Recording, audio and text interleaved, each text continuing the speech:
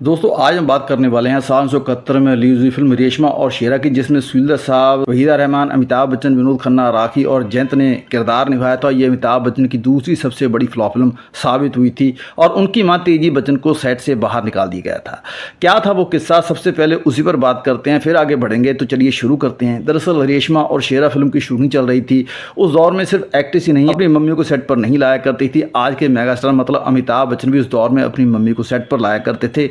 जैसे उस दौर में हीरो एक्ट्रेस की मम्मियों से परेशान होते थे, वैसे ही एक बार वहीदा रहमान भी अमिताभ बच्चन की मां तेजी बच्चन से परेशान होकर शॉट नहीं दे पा रही थी, तो वहीदा जी की सुविधा को देखते हुए उन्हें सेट से बाहर भेज दिया गया था। दरअसल हुआ ऐसे कि शूटिंग के दौरान अमिताभ बच्चन, विनोद खन्ना, सुशील साहब, सीनियर एक्टर जयंत और वहीदा जी के बीच एक सीन फिल्माया जाना था और शॉट के दौरान वहीदा ने अमिताभ बच्चन को एक थप्पड़ सीध करना था। वहीदा जी शॉट से पहले जहां पर बैठी थी, साथ में अमिताभ बच्चन की मां तेजी बच्चन भी बैठी थी और जब उन्हें पता चला कि वहीदा ने अमिताभ बच्चन को थप्पड़ मारना है तो तेजी बच्चन वहीदा से कहने लगी कि वहीदा जरा ध्यान से थप्पड़ मारना, कहीं हमको ज्यादा ना लग जाए। वहीदा पर अमिताभ बच्चन की मां के कहने पर उन पर दबाव आ गया और शॉट देते समय उन्होंने थप्पड़ जोर से नहीं मारा। फिर कट बोला गया और दोबारा शॉट देना पड़ा। दरअसल वहीदा थप्पड़ मारने से हिचक रही थी और अमिताभ को बार बार थप्पड़ पड़ रहे थे। सुशील साहब उस सीन को डायरेक्ट कर रहे थे और फिल्म के कैमरामैन सी रामचंद्रा थे, वो दोनों कट बोल बोलकर परेशान हो गए थे। थक हार कर कैमरामैन सी रामचंद्रा ने वहीदा से कहा कि देखो वहीदा जी, आप अगर शॉट अच्छी तरह से नहीं दोगी तो उतने ही रीटेक होंगे और जितने रीटेक होंगे उतने ही थप्पड़ आपको मारने पड़ेंगे। आप दिल मजबूत करके और कस के एक थप्पड़ मार दीजिए और बात खत्म हो जाएगी। वहीदा जी परेशान थी। उसके बाद लाइटिंग होने लगी और वहीदा जी वहीं पर जाकर बैठ गई और पास में तेजी बच्चन ही बैठी थी। वो फिर वहीदा से कहने लगी कि वहीदा जरा ध्यान से मारना। वहीदा और प्रेशर में आ गई। जब फिर शॉट शुरू हुआ तो वहीदा जी ने रामचंद्र से कहा कि क्या करूं, मुझसे थप्पड़ नहीं मारा जा रहा। जब सुशील दत्त ने झुंझला कर वहीदा से कहा कि क्यों नहीं मारा जा रहा तुमसे थप्पड़, तो वहीदा जी ने दत्त साहब से आहिस्ता से कहा कि सामने आंटी बच्चन बैठी हुई हैं और वो मुझे बार बार बोल रही हैं कि आहिस्ता से थप्पड़ मारना, कहीं हमको ज्यादा न लग जाए। वहीदा जी के कहने पर दत्त साहब को एहसास हुआ तो उन्होंने कहा कि तुम अब एक अच्छा सा शॉट दो और हम आंटी बच्चन को शॉट के बहाने बाहर भेज देते हैं। दरअसल अमिताभ बच्चन ने रेशमा और शेरा फिल्म में एक गूंगे की भूमिका निभाई थी और ये रोल अमिताभ बच्चन को ऐसे ही नहीं मिला था। दरअसल आप सभी को ये पता हुआ कि अमिताभ बच्चन ने साल 1969 में 7 हिंदुस्तानी फिल्म से अपना डेब्यू किया था और वो फिल्म सुपर फ्लॉप साबित हुई थी।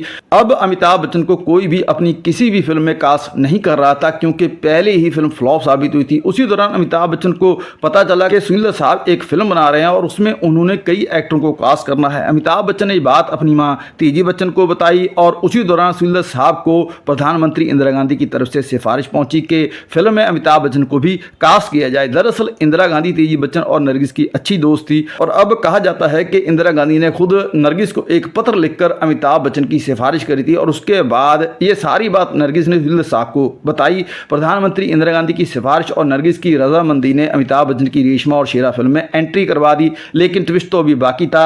जब अमिताभ बच्चन और दत्त साहब की मुलाकात हुई तो जैसे ही अमिताभ बच्चन और दत्त साहब की बातें शुरू हुई तो दत्त साहब अमिताभ बच्चन की भारी भरकम आवाज़ सुनकर घबरा गए। अब उनके लिए दुविधा ये थी कि एक तो अमिताभ बच्चन को लेना ज़रूरी था और दूसरा उनकी आवाज़ का भी मुद्दा था, तो उन्होंने अमिताभ बच्चन को उस फिल्म में चुप करवा दिया, मतलब वो किरदार एक गूंगे का बना दिया। अमिताभ बच्चन को शेरा मतलब सूर्य साहब के छोटे भाई छोटू का किरदार मिला जो फिल्म में गूंगा होता है। रेशमा और शेरा फिल्म में अमिताभ बच्चन के साथ पहली बार विनोद खन्ना ने काम किया था। आप ऐसा भी कह सकते हैं कि विनोद खन्ना और अमिताभ बच्चन की जोड़ी की ये पहली फिल्म थी। रेशमा और शेरा फिल्म के बाद दोनों की जोड़ी प्रकाश मेहरा की फिल्म मुकद्दर का सिकंदर और हेरा फेरी में फिर दोबारा देखने को मिली थी। रेशमा और शेरा फिल्म में विलेन रंजीत की ये पहली फिल्म थी। दरअसल सुशील साहब ने इस फिल्म में कई नए एक्टरों की खोज करी थी और उनमें से रंजीत भी एक एक्टर थे। दरअसल रंजीत बम्बई में एक्टर बनने ही नहीं आए थे, एक्टर वाली तो उनमें कोई बात ही नहीं थी। उस दौरान रंजीत की मुलाकात एक फिल्म इंडस्ट्री में काम करने वाले रणवीर सिंह से हुई, जिन्हें इंडस्ट्री में सभी रोनी के नाम से जानते थे। उन्होंने ही रंजीत को बॉम्बे बुलाया था। वो हॉलीवुड की फिल्मों से भी जुड़े हुए थे और हिंदी फिल्मों में वो जिंदगी की राहें फिल्म का निर्माण कर रहे थे। उस फिल्म में रंजीत बतौर हीरो कास्ट किया गया था। उस फिल्म को कहानी एक ट्रक ड्राइवर की कहानी थी और अमजद खान के पिता जयंत उस फिल्म में ट्रक ड्राइवर बने थे और रंजीत एक क्लीनर बने हुए थे। उस फिल्म में रंजीत हीरो थे। जब रंजीत बंबई आए तो रोनी रंजीत को देवानंद के बड़े भाई चेतन अनंत के घर पर मिले। रंजीत भी पहली बार वहीं पर सो गए और रंजीत ने उसी दौरान अपनी जिंदगी की पहली हीरोइन भी देखी। वो हीरोइन थी चेतन अनंत की पत्नी प्रिया राजवंश। और एक बात और बता दूं आपको, रोनी ही वो आदमी था जो प्रिया राजवंश को लंदन से लेकर आया था। दूसरे दिन रंजीत को सन एंड साइंड होटल में शिफ्ट कर दिया गया और वहां पर रंजीत की पहली मुलाकात सुंदर साहब से हुई। बाद में वो उसी रोनी के साथ रंजीत दत्त साहब के घर चले गए। फिर रंजीत की मुलाकात नरगिस जी से हुई और दत्त साहब समुद्र तट पर टहलते रहते थे और रंजीत उसी दौरान सन एंड सैंड होटल में ठहरा हुआ करते थे। और उसी दौरान रोनी और फाइनेंसर के बीच कुछ अनबन होगी और रोनी जिंदगी की राहें फिल्म को बंद करके रोनी लंदन चला गया। इंडस्ट्री में किसी को पता नहीं था कि रोनी रंजीत को लेकर कोई फिल्म भी बना रहे हैं। लोग तो रंजीत को रोनी का कोई रिश्तेदार ही समझते थे। फिर फिल्म बंद होने के बाद रंजीत ने सोचा कि वापस दिल्ली चला जाए। उसी वक्त रंजीत को पता चला कि दत्त साहब रेशमा और शेरा फिल्म की फिल्म बना रहे हैं। तो रंजीत पता करने के लिए दत्त साहब के ऑफिस चले गए। वहां रंजीत को सुनील साहब के मैनेजर मेनन मिले, जिन्होंने रंजीत को बताया कि रेशमा और शेरा फिल्म में वहीदा रहमान के भाई का रोल है, जो दत्त साहब ने आपके लिए ये रोल देने के लिए कहा है। और एक और हादसा रंजीत के साथ उसी दौरान हुआ, जैसे कि अगले दिन जब रंजीत मेनन साहब को धन्यवाद बोलने के लिए गया तो मेनन साहब ने रंजीत को बताया कि कल जब रंजीत ऑफिस से चले गए थे तो तभी मोहन सहगल का आपके लिए फोन आया था। वो आपको सावन भादो फिल्म में रेखा के भाई का रोल देने के लिए ढूंढ रहे थे, क्योंकि मोहन सहगल को पता था कि रंजीत की दत्त साहब से अच्छी जान पहचान है, दोस्ती है। कहाँ रंजीत एक दो दिन के छोटे मोटे रोल कर रहे थे और कहाँ उन्हें एक ही दिन में 2 फिल्में मिल गई। सावन भादो पहले शुरू होगी और जब सावन भादो फिल्म का शेड्यूल खत्म हुआ तो रेशमा और शेरा फिल्म की शूटिंग शुरू होगी। वहीं रंजीत की मुलाकात राखी से हुई और राखी की वजह से रंजीत को शर्मीली फिल्म में काम करने का मौका मिल गया।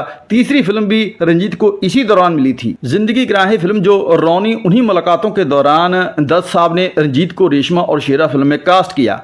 इस फिल्म से जुड़ी एक खास बात यह भी है कि ज्यादातर दत्त साहब के बेटे संजय दत्त की डेब्यू फिल्म रॉकी को मानते हैं, जो कि साल 1981 में रिलीज हुई थी। लेकिन कम लोगों को पता हुआ कि संजय दत्त का डेब्यू साल 1972 में सुनील दत्त साहब और वहीदा राम की फिल्म रेशमा और शेरा के बतौर बाल कलाकार हो गया था। रेशमा और शेरा फिल्म में संजय दत्त एक कवाली जिसमें बोल थे, जालिम तेरी शराब में ये क्या मिला दिया, इस गाने में संजू सुजीत का साथ देते हुए दिखाई दिए थे। कवाली में सुनील दत्त साहब की एक सीन में संजय दत्त के साथ कवाली गाते हुए नजर आते हैं। सुनील दत्त ने संजय दत्त को इस फिल्म में इसलिए लिया था क्योंकि उस दौरान संजय दत्त की स्कूल की छुट्टियां चल रही थी और संजू सेट पर आते रहते थे और संजय दत्त को फ्री देखकर उन्होंने इस फिल्म में गाने में कास्ट कर लिया। सुनील दत्त साहब ने रेशमा और शेरा फिल्म का निर्माण तो किया था, लेकिन पहले इस फिल्म का निर्देशन सुखदेव करने वाले थे और उन्होंने इस फिल्म की शुरुआत अपने निर्देशन के साथ करी थी। फिल्म की शूटिंग के दौरान दोनों में रचनात्मक मतभेद पैदा हो गए, जिसके बाद निर्माता सुनील दत्त ने इस फिल्म को अपने हाथों में लेते हुए